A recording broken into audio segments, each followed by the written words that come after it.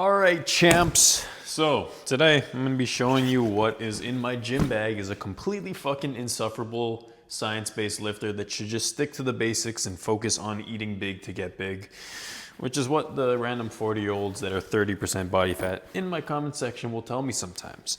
But the story behind this is I have a lot of shit that I bring to the gym. And it got to the point where I needed to buy a gym bag because I was just bringing a fucking million different things and I couldn't hold on to them all. All of this stuff is for me to maximize my progress in the gym, make my training as effective as possible. And if you guys know me, you know that my genetics are kind of ass. They suck. It takes me a long time to build muscle. It's always been a hard thing for me. So if there's anything I can get that will give me like an extra 1% with my progress, I'm gonna fucking do it. I'm gonna do it. I'm gonna be that guy. I don't care. So I'm gonna walk you through everything that's inside here. And then each item, I'm gonna show you what it actually does and like what its purpose is to make my training better and give you a little demonstration of how you can maybe do that for yourself if you're a fellow guy who fucking hates his genetics and needs to get bigger. I shouldn't complain. They're fine. You know, we're gonna go through this growing phase and we're gonna grow quite a lot. So starting off, we have our pre-workout and our electrolytes, which we will cut see. All right, champs. So it's 8 a.m. right now. We got a pre-workout stuff going on. So a few things in the bag. Origin, my protein. It's my pre-workout. Got 350 milligrams of, 300 milligrams of caffeine, 150 L-theanine, 3,200 beta-alanine, 1,000 milligrams taurine, some potassium, some sodium. It's good stuff. Definitely recommend trying it. And then our our electrolyte, mostly potassium supplement. It has 1,000 milligrams of potassium, which is very high for electrolytes. Usually they don't have this much. But most people don't have enough potassium, so we have a potassium supplement. But we're just gonna do half of a scoop in about a liter of water. And then we're gonna throw our pre-workout inside of some orange juice. So I have this right after I wake up. You're gonna be a little dehydrated when you wake up, and adding in some electrolytes to your water is gonna help you absorb dehydration a little bit better. That way going into your morning session, you're nice and hydrated. I do also add in about a quarter teaspoon of salt in here. So 400 milligrams of salt, about 500 milligrams of potassium, and then we have orange juice that has some more potassium, and then I have a little bit of coconut water with my intro workout, even more potassium. So we are potassium maxing, which you should be doing because we should be having more potassium than we are sodium if we want to be well hydrated. All right, moving on to the next item out of the mystical bag, my favorite item. I've had these for about a year now. The gym seatbelt. Yeah, like what the fuck are you doing with a seatbelt in your bag? You cut that shit out of your car? Yes, I did. No, I'm just kidding. You can buy one on Amazon. This one was about 25 bucks. You can get the gym pin one that looks a little bit prettier. It's like 65 bucks, but it works just as well. So let's cut to what this shit actually does. The next item out of the mystical bag is our, where is it? Lifting seatbelt. If you're not tapped in, you gotta tap in. Okay, so with this seatbelt, this can help you stay locked into the seat when you're doing leg extensions. Because the issue with leg extensions is when you try to do them here, the weight wants to pull you up out of the seat. That's not very good, because when your hips come up, you start using your glutes, your quads are not working the way they're supposed to. So lock this over the top of your hips, keep it nice and tight. And then I also use my straps to lock myself down.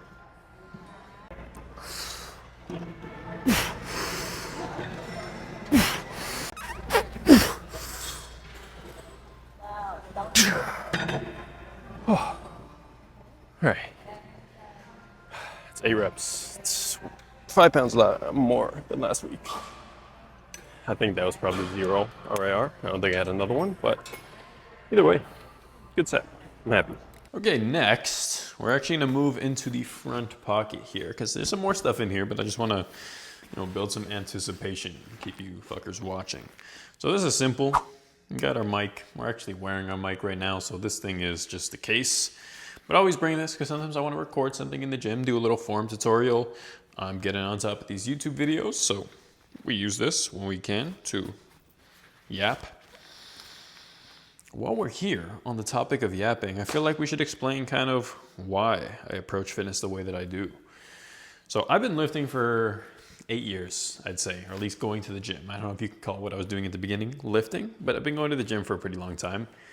When I started, I was a tiny, tiny man. I was about, I think 100, 105 pounds in grade 9. And I remember my goal being like, I want to get to 115 or 120, something like that. So I was puny. I was a very small dude. I was shorter at the time, but I was just very skinny. And I was going to the gym all the time. Like I was actually training hard. I was pushing myself decently hard from what I could remember. I knew about protein somewhat. I was trying to eat enough protein. I was just eating whatever food I could. It was a bunch of bullshit. Like I was eating junk food all the time, but I was trying to hit my protein. And I realized very quickly that I just wasn't the guy. Like I was not that guy for building muscle because I was doing it for about 2 years. So like grade 9 and grade 10, I was consistent. And then some of my friends finally got interested in the gym and they started coming with me. Within a couple of months, tell me why these fuckers were getting stronger than me and building more muscle than me. And everyone would kind of make fun of me because they'd be like, Corrado does this all the time. He puts his effort into this and he just looks worse than us. And we're already stronger than him and bigger than him. And that sucks. You know, when you have one thing that you feel really passionate about and it's kind of like your thing, and then you realize that you're not so amazingly gifted at that thing and everyone else seems to be more gifted than you are, it did suck. But if there's something about me, I have this like autistic level of consistency with things that once I decide I'm going to do something, I literally don't know how to quit. Like I can be on my fucking wits end, hating it, slamming my head on the desk, and I just won't quit. I don't know what it is. Like I have this drive that I just can't stop things because I decided I was going to do them. So I stuck it out. Pushed through grade 11, grade 12, started learning a little bit more. That's when I got into like the, science-based, evidence-based stuff. TNF, Ryan Jewers, JPG, all those guys, the smart guys, they started putting me on lower volume training. That's when I discovered doing less sets with more intensity and resting longer. And when I figured that out, then stuff started to change. Then I started to make like really good progress. And if you don't know what that is, you fucking new here completely, but basically instead of doing 3 or 4 sets per exercise, resting 90 seconds, kind of just getting a pump and going to the next set, you do 2 sets for an exercise. It doesn't have to be 2, but just say 2 sets for an exercise. And each set you go in, aim to do about 6 to 8 reps, failing, right? So you go, you push that set super hard to the point you can't do another rep physically. And then you take a long rest period, maybe 2.5 to 4 minutes, depending on the exercise. And then you go in and do it again. So the whole idea there is you're putting more intensity and intention into those sets. So the sets become higher quality and they create more of a growth stimulus for less. That's what I understood at the time. Obviously now I know a little bit more about this stuff, but it worked. It worked pretty well. I started getting a lot stronger. I started building more muscle. I'll throw up some visuals as we're talking about this.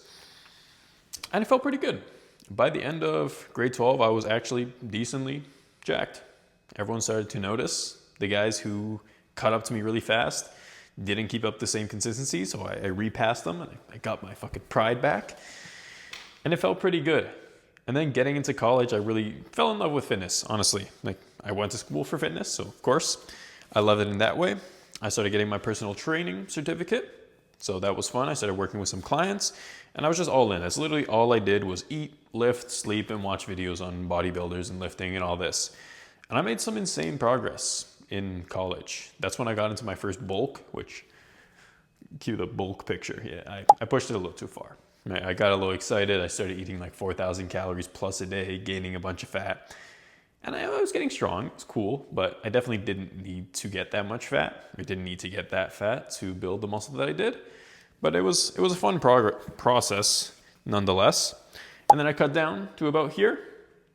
And then after this point, I kind of got stuck for a while because I couldn't seem to make more progress. Like I was always in this up and down. I would gain a little bit of body fat, think I had to eat more to build more muscle, then realize I was just getting chubbier, not really getting a whole lot bigger, cut down again, notice I was still the same size, and I went through like this process of almost 2 years of getting a little bigger, a little smaller, a little bigger, a little smaller, never actually gaining muscle. So I decided, okay, let me actually learn what I'm doing wrong. Learn how I can push past where I feel like I'm at kind of like a genetic limit right now. And that's when I found out about my coach, my current coach, Declan at Hypertrophy Academy. I did mentoring with him. So I started to actually understand physiology. I started to understand anatomy. So like what joint actions we were training. Started to understand proper programming, exercise execution, exercise selection. So I started understanding, okay, this is what a good program looks like. Okay, this is how we have to train in the gym. And this is different physiological factors we need to take into account to make the best progress possible. And then shit started to kick off again. And we started to make some really, really good progress. And then I went on a couple of vacations and had some mental health shit, and then I lost some progress. And then I made it all back again. And now we are in the best position that we've ever been. We're leaner, we're more jacked, and we are about to move back into a growing phase to build a shit ton of muscle. So I know that was a long fucking spiel, but I said we were gonna yap. This growing phase, I promise you, if you guys are here right now, you've invested in me at the right time, because we're gonna push through this growing phase and we're gonna make an unreal amount of progress. We're gonna push our fucking limit as a natural. And we're gonna achieve some cool shit, because I'm tired of not achieving my goals to the level that I want them to be achieved. I'm gonna show what is really possible to be achieved as a natural lifter when you do everything right. So that's why I approach things super smart and sciencey now, and I'm super anal about my supplements and my nutrition and my training, but it's gonna fucking pay off. And you're gonna see it live in action. Next item we shall move into is our cuff, our lifting cuff, which I will demonstrate for you what we do with this now. All right, so what's the use of this little silly cuff that I have? Is it to do glute kickbacks? Fuck no. First of all, because the ones at the gym either suck or go missing because people steal them, so I like to have my own so I can be prepared for my sessions. I mainly use these for tricep extensions right now, and I'll show you how to do that. We can also use these for lateral raises on the cable, but I don't currently have those programmed. So for tricep extensions, the reason why I find this to be better is because you can get your hand tucked in here nicely, kind of like a mitten, and wrap your fingers around the outside and really drive through the bottom of your hand. On those bigger cuffs, sometimes it's uncomfortable because they kind of consume your whole hand, or trying to do it without a cuff, it just makes it harder because you don't have anything to press through the bottom of your hand. You can't produce as much force. So now I can just push through the bottom of my hand here and really have a good hard set. So this is how I would perform a perfect tricep extension, single arm. Brace on to this little cable pulley here. Have one foot stacked, or your working side foot stacked in front of the back foot. Pull it down by your side, and then just extend all the way through your body. Keep the upper arm fixed, and we are training the triceps beautifully. Then we can also do lateral raises with these, of course. If you guys didn't know, if you're just doing your lateral raises, holding onto a handle or like holding onto this shit for fuck's sake, please stop that. It's not a good idea. When you're doing a lateral raise, we want to be focused on just raising the arm up, abducting the humerus away from our body. So to do that, we should get the strap wrapped around our wrist, nice and snug, which is why these ones are good as well. You can get them much tighter than you can regular. And then here's where the magic happens. Grab onto a D handle, which is not connected to anything. That way you can squeeze down your fist. You brace your forearm, so all these muscles are contracted isometrically, and now you can produce more force and have more stability. So a little simple add-on like this makes your set a lot more effective here. You can also kind of lean into the side of the handle a bit. That way your shoulder is a bit lined up, or a bit more lined up with the line of pull of the cable here. And these feel very, very nice.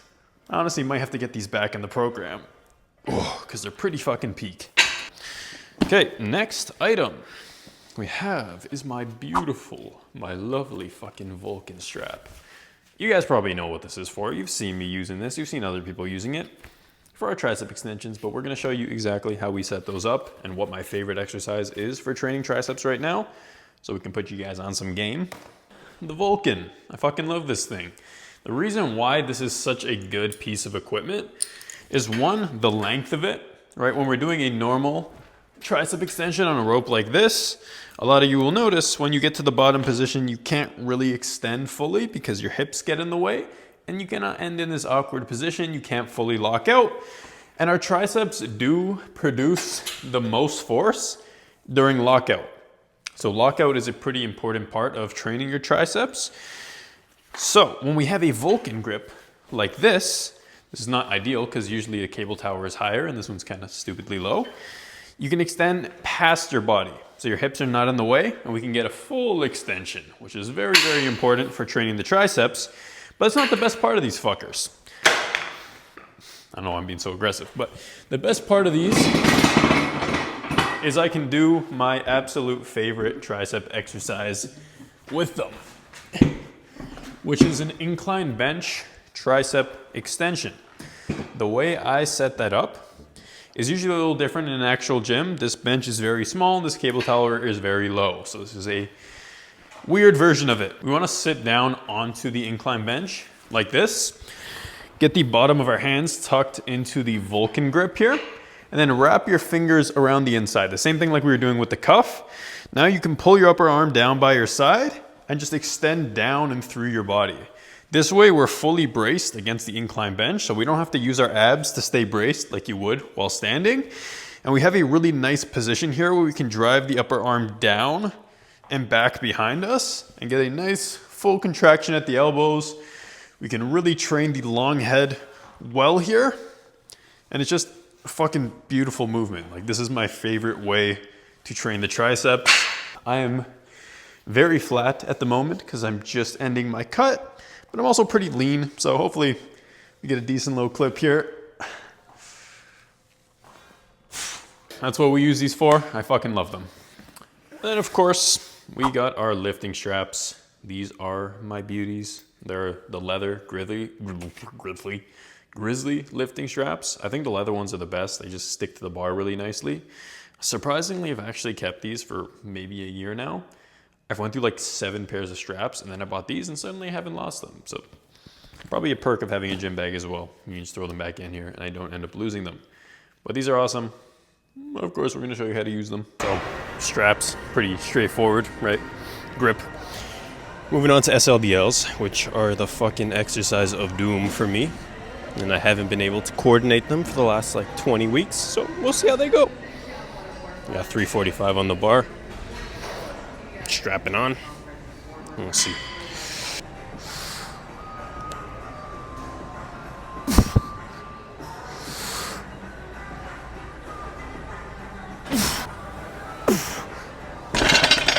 Not bad. Not bad. Got the next item in the bag. It's kind of awkward talking in the gym, so I'm a little quiet, but squat shoes. So I have shitty ankle mobility. So these, the heel, gives me a little bit more space to get extra depth without challenging my ankle flexion so much. So we're gonna use these for leg press and fuck some shit up.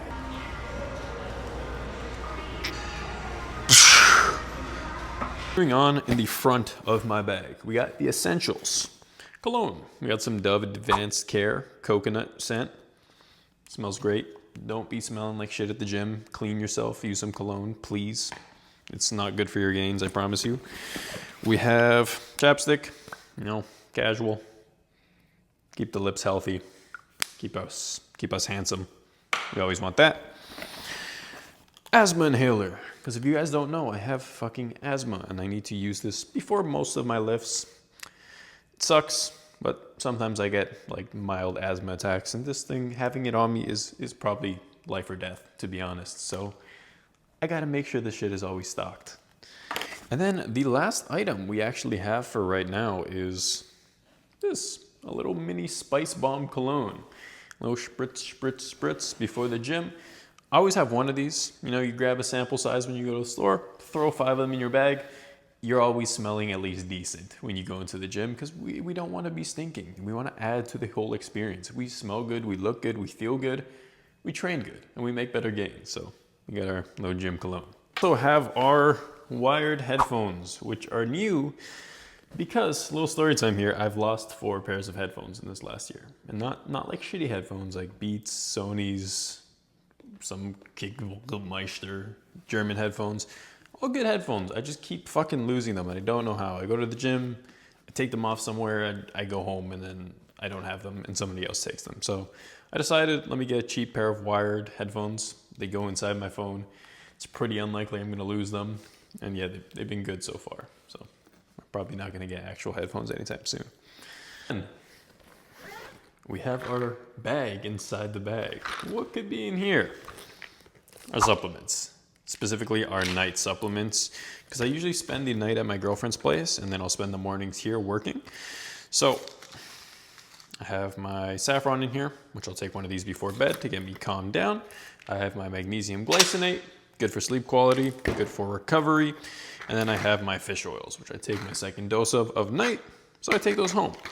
Having these in my gym bag makes it as easy as possible for me to continuously take them and hit my habits properly, which is why I do it. I have my morning supplements set up over here. I have my night supplements in here. That way I never have a reason to miss on my supplements.